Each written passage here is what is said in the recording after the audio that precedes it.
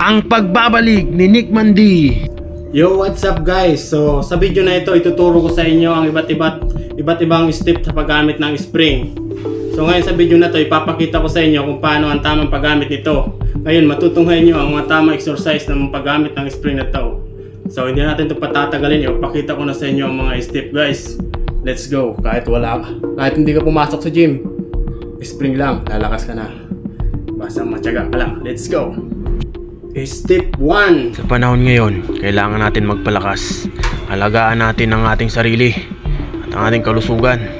Dahil sa lahat ng oras, mahalaga ang pagiging malakas dahil kailangan natin to sa pang-araw-araw na buhay. Ang pagiging malakas para magawa natin ang mga dapat nating gawin sa buhay. Dahil iba-ibang pagsubok ang ating kakaharapin sa panahon ngayon.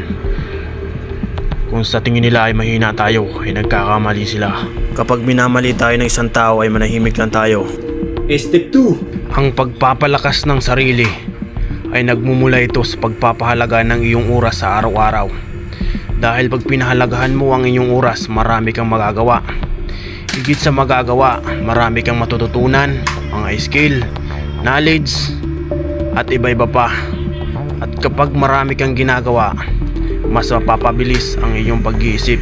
Step 3. Isa sa mga natutunan ko sa buhay, kailangan araw-araw tayong matuto mag-develop ng mga iba-ibang uri ng mga skill na mga gamit natin sa ating paghanap buhay at pangangailangan. Dahil mas mabilis tayong makahanap ng ating pangangailangan kapag marami tayong skill at maliligtas tayo nito sa kahirapan ng buhay. Magpatuloy lang lagi tayo sa hamon ng ating buhay. Step 4. Ngayon, kapag minamali tayo ng isang tao ay manahimik lang tayo.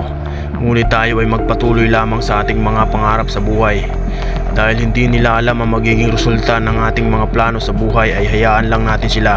Dahil kapag natupad mo na ang mga pangarap mo ay maugulat yung taong nagmamalit sa iyo. Nakala nila ay hindi mo makakaya. Ngunit ikaw ay tahimik na nagtatrabaho para magpatuloy.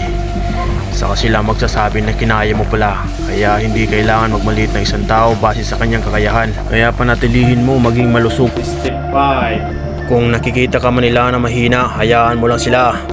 At ikaw ay magpatuloy sa iyong mga ginagawa. Kaya kung may nagmamalit man sa iyo, magpatuloy ka lang kautoy. Dahil hindi nila alam kung anong mga dapat mong gawin sa kanila. Manatili ka lang maging humble. Kahit paulit-ulit nila sabihin na mahina ka, magpatuloy ka lang. Dahil darating ang araw na magiging malakas ka rin. Dahil ang pagiging malakas ng isang tao ay base sa kanyang karanasan. Dahil ang karanasan ang nagpapatatag sa isang tao. Step 6. Kaya panatilihin mo lang maging mabuting tao. Dahil sa pagiging mabuti mo ay malayo ang iyong mararating sa buhay. Dahil kapag tayo ay nangarap, marami pa rin mag-aadlang para tayo ay bumagsak, para hindi natin matupad ang ating mga pangarap. Ngunit huwag natin silang pakinggan dahil tayo ang tutupad nun. Step 7. Kaya kung minamaliit mo na kalbo ako, balang araw tutubo rin ang buho ko. Magiging guwapings din ako katulad ni Robin Padilla. Kaya ngayon pasisya na kung kalbo lang ako ngayon. Dahil pagiging kalbo ko ay nagiging malakas ako. Dahil walang sagabal sa paglabang ko ng sabunutan. Step 8. Kaya kahit pawis na ako, patuloy pa rin ako para maituro ko lang sa inyo ang mga step na ito. Spring na nagpapalakas sa ating katawan para lamang sa ating kalusugan. Ito ay ating mga kailangan sa pang-araw-araw na ito. Nagrarap na naman ako, wala sa tono pero kailangan natin to para maisa sa mga katuparan. Step 9. Sabi nga nila kung may utak ka, madali lang gumawa ng pera. At kung may pera ka, meron kang lakas, impluwensya.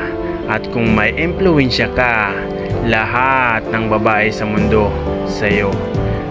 Sabi nga nila kapag ang pera ang nagsalita, lahat ng tao sa mundo makikinig.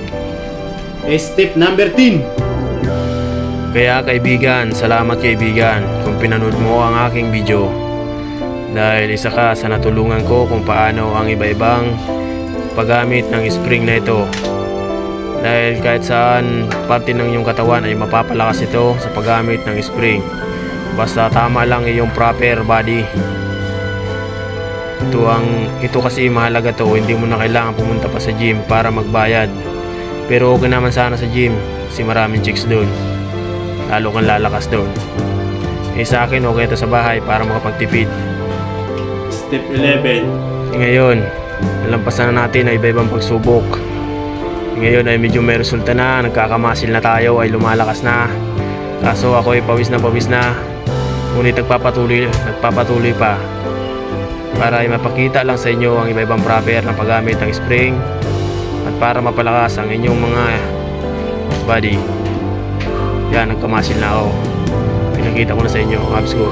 Step number 12. Kaya kamandirigma, ito na ang resulta ng ating pagsusumikap ay nagbunga na, nagkamasil na tayo. Thank you for watching.